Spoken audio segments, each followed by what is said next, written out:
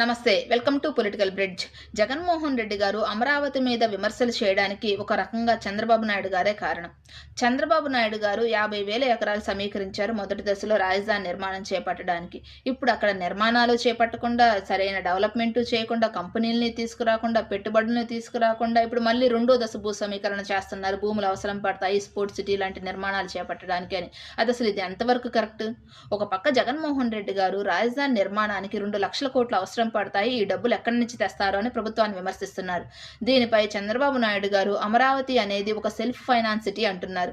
Self finance city అవ్వాలి అంటే Amaravati branding పెంచుకుంటేనే కదా, అక్కడ పెట్టుబడులు వస్తేనే కదా, అక్కడ డెవలప్మెంట్ జరిగితేనే కదా అది ఒక సెల్ఫ్ ఫైనాన్స్ సిటీ అయ్యేది. అసలు ఇప్పుడు అమరావతిలో రియల్ ఎస్టేట్ నడుస్తుందా? ఒక్కరు కూడా అమరావతిలో ప్లాట్లు కొనడానికి ముందుకు రావడం లేదు. ఎందుకంటే మళ్ళీ ఒకవేళ జగన్మోహన్ రెడ్డి గారు అధికారంలోకి వస్తే ఏం చేస్తారనే భయం. దీనిపై చంద్రబాబు నాయుడు గారు కూడా ప్రజలకు భరోసా కల్పించలేకపోతున్నారు. మళ్ళీ జగన్మోహన్ రెడ్డి గారు రారు అనే భరోసాని ప్రజలకు కల్పించడం లేదు చంద్రబాబు నాయుడు గారు. అంతేకాదు అమరావతి విషయంలో జగన్మోహన్ రెడ్డి గారు ఏ విధంగా ప్రవర్తించారో ఇప్పుడు చంద్రబాబు నాయుడు గారు కూడా అదే విధంగా ప్రవర్తిస్తున్నారు. అమరావతి బ్రాండింగ్ అనేదే పెంచడం లేదు. అమరావతిలో అసలు పెట్టుబడులను తీసుకురావడంలో చంద్రబాబు నాయుడు గారు విఫలమవుతున్నారు అనే విమర్శ కూడా చంద్రబాబు నాయుడు గారి మీద ఉంది. మీరేమంటారు? కామెంట్ చేయండి. వీడియో నచ్చితే లైక్ చేయండి, షేర్ చేయండి, సబ్స్క్రైబ్ చేయండి. Thank you.